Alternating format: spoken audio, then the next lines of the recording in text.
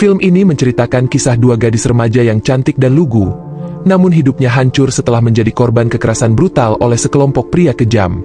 Trauma yang mereka alami perlahan mengubah diri mereka menjadi sosok dingin dan tanpa belas kasihan.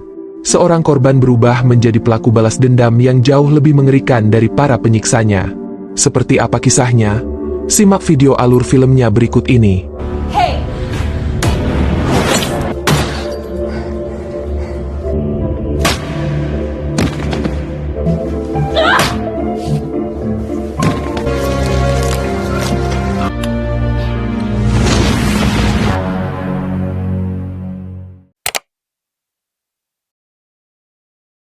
Film diawali dengan diperkenalkan dua remaja muda dan cantik, Katie dan sahabatnya, Celine, mengobrol dengan gembira di kamar tentang liburan musim panas yang menyenangkan yang akan segera tiba.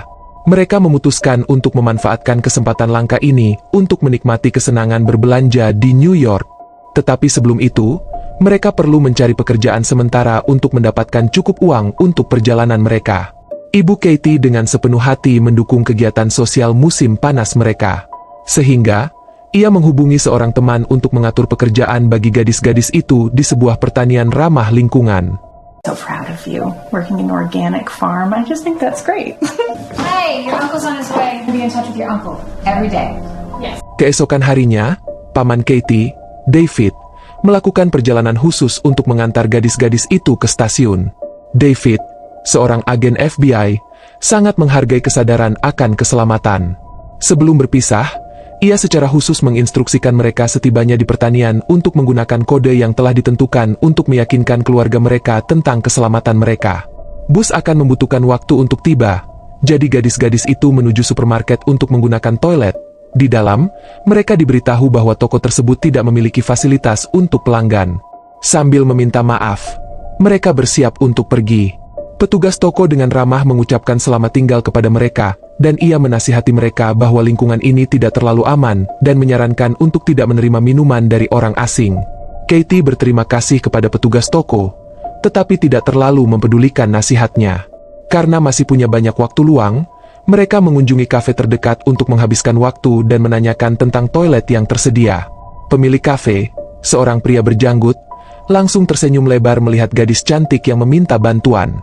Matanya yang penuh nafsu terus-menerus menatap mereka, membuat Celine merasa agak tidak nyaman. Saat itu, sepasang saudara laki-laki mendekat untuk memulai percakapan. Melihat duo yang tampan dan menawan itu, Katie menurunkan kewaspadaannya dan mengungkapkan rencana perjalanan mereka. Setelah mengetahui bahwa gadis-gadis itu akan pergi ke pertanian organik di pegunungan, saudara-saudara itu menawarkan tumpangan, mengklaim bahwa itu searah dengan perjalanan mereka. Gadis-gadis itu terpengaruh oleh keramahan mereka, mengesampingkan semua keraguan dan menaiki truk pickup menuju pegunungan.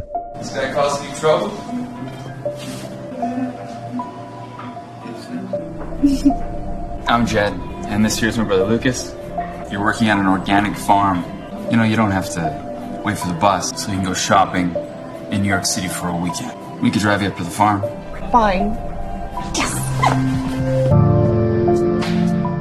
Awalnya semua orang mengobrol dan tertawa, tetapi tidak butuh waktu lama bagi gadis-gadis itu untuk merasakan ada sesuatu yang tidak beres.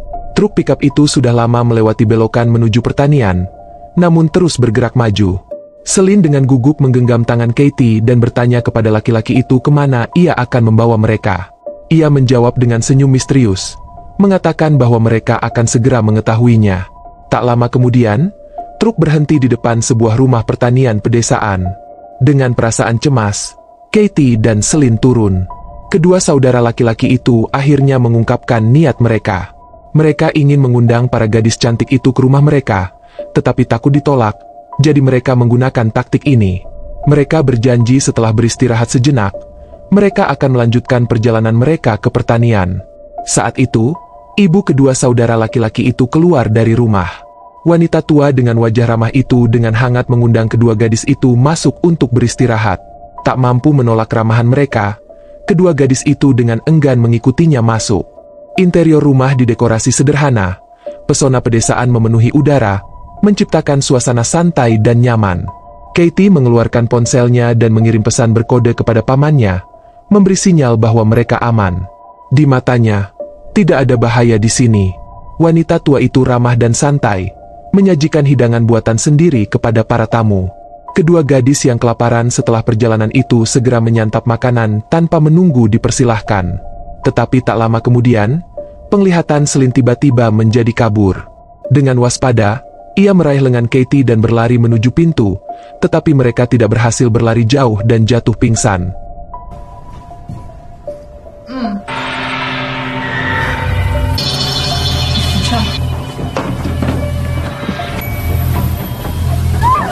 Get them before they make it to the highway.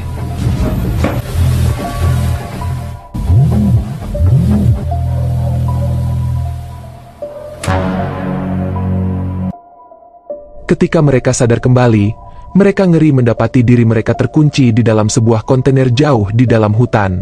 Mereka berteriak minta tolong dengan putus asa, berharap seseorang akan mendengar mereka. Pada saat itu, adik bungsu dari para saudara laki-laki itu membawa senapan panjang, berjalan dengan berteriak sambil mengungkapkan bahwa tidak ada yang akan menjawab teriakan mereka di sana, karena mereka saat ini berada di hutan terpencil. Ternyata, para bersaudara itu spesialis dalam menculik gadis-gadis cantik untuk digunakan sebagai alat untuk mendapatkan keuntungan. Help us, please! No one can hear you bang and scream. We are, after all, not savages. Tak lama kemudian, seorang pria berjanggut lebat datang untuk memeriksa situasi di dekat kontainer, mengambil kesempatan untuk memarahi adik laki-lakinya yang menggunakan truknya dalam aksi mereka. Pria berjanggut itu bernama Boris, dan tampaknya dia adalah pemimpin organisasi kriminal ini. Pria berjanggut itu mengambil ponsel Katie dan mengirim pesan ke rumah untuk melaporkan keselamatan mereka, tanpa menyadari bahwa menurut kesepakatan Katie dan pamannya, huruf pertama dari akhiran pesan harus mengikuti urutan yang telah ditentukan. Kode yang salah dari pria berjanggut itu mengungkapkan semuanya. Sayangnya, ponsel petugas David tidak ada bersamanya saat itu, sehingga dia tidak segera mendeteksi masalah tersebut. Katie dan Selin menderita penghinaan dan siksaan jauh di dalam hutan.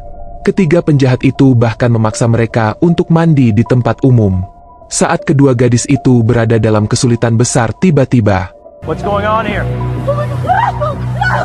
seorang polisi tua datang. Petugas itu bersenjata muncul dari hutan. Kedua gadis ini segera berpegangan padanya seperti tali penyelamat, mencari perlindungan di belakangnya. Katie mengira pamannya melihat pesan berkode dan mengirim bantuan untuk mereka. Tetapi yang mengejutkan mereka, petugas itu sebenarnya bersekutu dengan ketiga pedagang manusia tersebut. Dia tidak di sini untuk menegakkan keadilan, tetapi untuk menikmati perbuatan keji dan memuaskan hasrat dasarnya. Take them one at a time. Setelah bertukar beberapa kata dengan para saudara-saudara itu, petugas polisi tua, Ethan, menelan pil biru dan memasuki kontainer tempat Katie berada. Tak lama kemudian, dia keluar sambil menarik celananya dengan puas, meninggalkan Katie terbaring di sana yang meneteskan air mata. Tampaknya kehidupan suram mereka akan berlanjut. Tak lama kemudian, klien baru tiba di kontainer. Kali ini seorang pria berambut keriting memilih Selin. Pria dengan kecenderungan kekerasan itu tidak hanya memperkosa Selin, tetapi juga menggunakan luka bakar rokok di perutnya dan jeritan terdengar dari dalam kontainer. Katie di luar menangis dalam diam, tidak tahan untuk menutup telinganya. I think blue's my favorite color today. Leave her alone! Stop! No!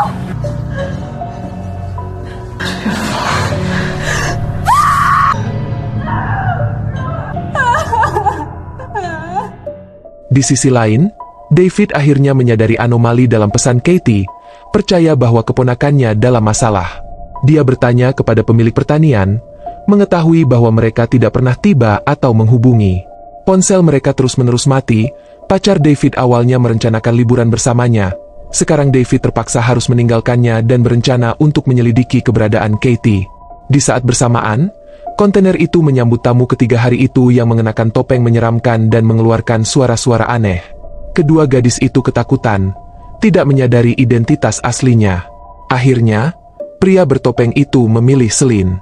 Setelah penghinaan itu, ia memasang topeng di kepala Selin dan pergi dengan penuh kesombongan. Selin tidak dapat melihat wajahnya, namun tato salib di lengannya terpatri dalam ingatannya.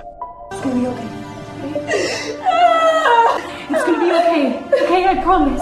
Di tempat lain, David mengunjungi kantor polisi setempat untuk mencari informasi, dan secara kebetulan disambut oleh petugas Ethan yang telah menyerang Katie. David tetap tidak menyadari bahwa ia adalah informan saudara laki-laki itu di dalam kepolisian. Ethan berpura-pura bekerja sama, mengungkapkan detail tentang hilangnya gadis itu. Kembali di hutan, para saudara-saudara itu mendiskusikan tindakan keamanan. Karena David telah sampai di kantor polisi, mereka memutuskan untuk membunuh gadis-gadis itu dan menghancurkan semua bukti. Tanpa sepengetahuan mereka, Katie mendengar percakapan mereka. Setelah mereka pergi, ia diam-diam menyampaikan berita itu kepada Celine.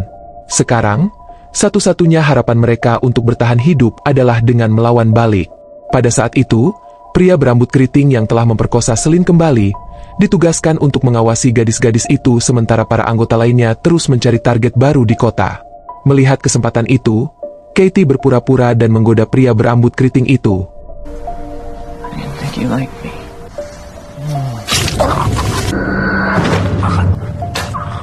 Yang mengejutkannya, Katie menggigit lehernya dan membunuhnya seketika.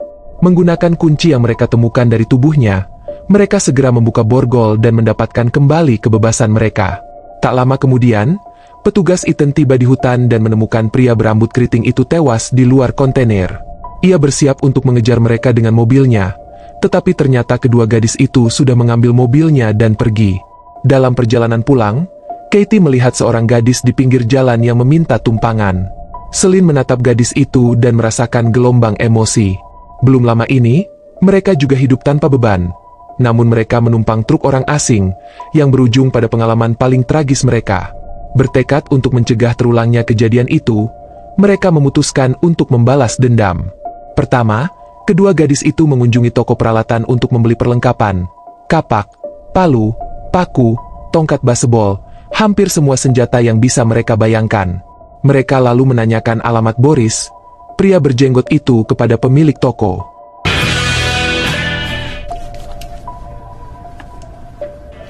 We need gas. For this, do you know someone named Boris? He drives a blue truck. Kedua gadis itu tiba di rumah Boris. Pria berjenggot itu disergap oleh Katie dan Celine. Mereka menancapkan paku ke bola baseball, meningkatkan kekuatannya. Pria itu dilempar berulang kali hingga paku-paku itu mengubah wajahnya. Kedua gadis itu lalu mengikatnya di atas meja. Pria itu disiksa secara brutal, dipaksa untuk mengungkapkan keberadaan kaki tangannya. Ia memohon belas kasihan, berharap para gadis akan menunjukkan rasa iba dan mengampuninya. Namun, ia lupa bahwa belum lama ini para gadis itu juga memohon hal yang sama kepadanya, hanya untuk disambut dengan penghinaan dan kekerasan. Melihat permohonannya sia-sia, pria berjanggut itu mengungkapkan lokasi kaki tangannya dan tempat ia menyembunyikan uangnya, berharap para gadis akan mengampuninya. Setelah mengambil uang tunai, seperti yang diharapkan, mereka menemukan sebuah kotak logam di sudut ruangan yang berisi tidak hanya tumpukan uang tunai, tetapi juga sebuah pistol. Pria berjanggut itu percaya bahwa ia telah lolos dari kematian, tetapi para gadis tetap mengarahkan senjata mereka kepadanya. Bersama-sama, mereka memberikan pukulan fatal dengan pemukul baseball bertabur paku. Adegan itu begitu mengerikan sehingga bahkan David yang tiba kemudian diam-diam terkejut. Setelah membunuh pria itu, Katie dan Celine pergi dengan mobilnya, hampir saja bertemu paman David.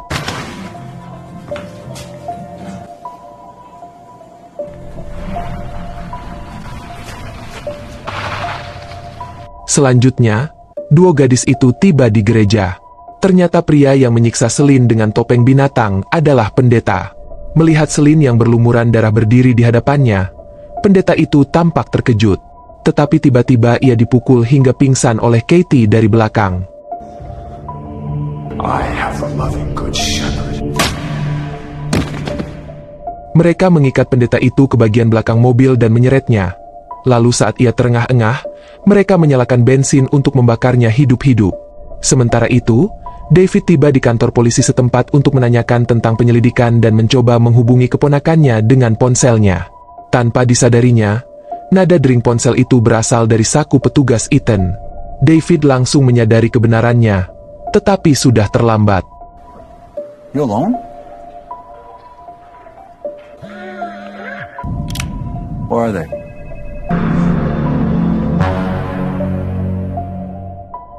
Kemudian, Ethan mengikat David dengan maksud untuk memperlakukan gadis-gadis yang baru ditangkap itu sesuka hatinya sebelum membunuhnya. Saat itulah Katie dan Celine tiba tepat waktu. Mereka tidak hanya memukul Ethan hingga pingsan, tetapi juga menyelamatkan paman David dan 2 gadis yang tidak bersalah. Ethan terjebak di kursi untuk diinterogasi. Ia memohon belas kasihan kepada gadis-gadis itu dan mencoba menggunakan uang untuk membeli hidupnya. Katie dan Celine saling tersenyum. Mereka mengeluarkan pistol dan bermain peluru yang ada dengannya, membiarkan polisi tua yang jahat itu merasakan sensasi hidup dan mati. Setelah 5 tembakan meleset, ia berpikir gadis-gadis itu akan mengampuninya, tetapi ia tetap tidak bisa menghindari nasibnya saat ditembak di kepala. It's a classic. Ready?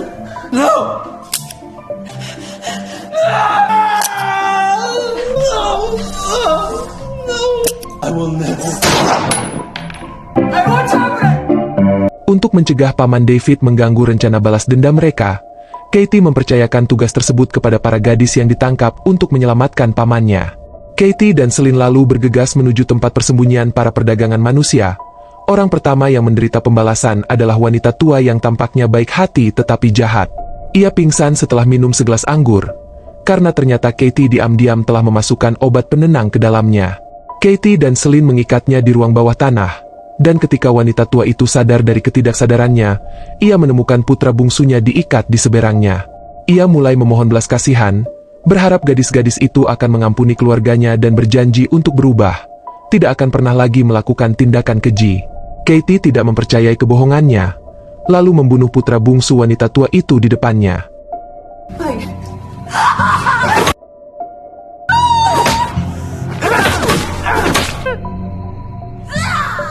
Wanita tua itu, yang kehilangan putranya, menjadi gila.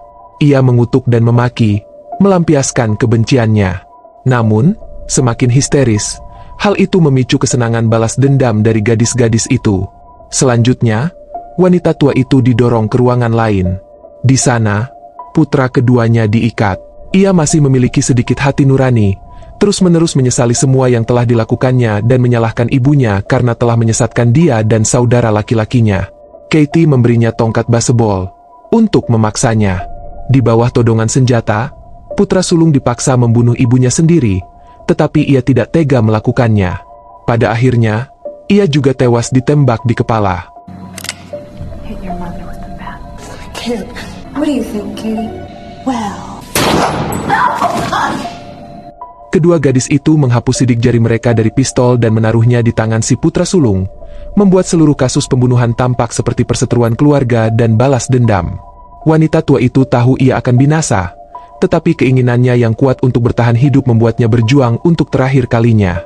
Ia mengatakan ada banyak uang tersembunyi di rumahnya, semuanya di dalam kaleng biskuit, berharap dapat menggunakan uang ini untuk menyelamatkan nyawanya, tetapi gadis-gadis itu tidak memberinya kesempatan itu. Pada akhirnya, kepala wanita tua yang jahat itu dicabik-cabik oleh Katie dengan mesin pemotong rumput. Pada titik ini, semua orang jahat mendapatkan pembalasan yang pantas mereka terima.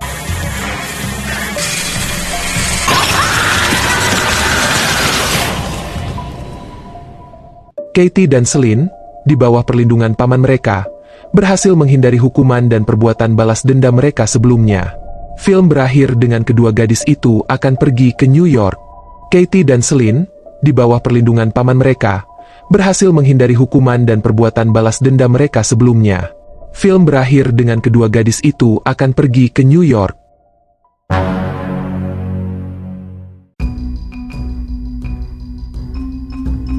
Pilih tanda like bila suka video ini, dukung channel ini dengan subscribe dan aktifkan lonceng notifikasi, agar gak ketinggalan rekap alur film lainnya di channel ini.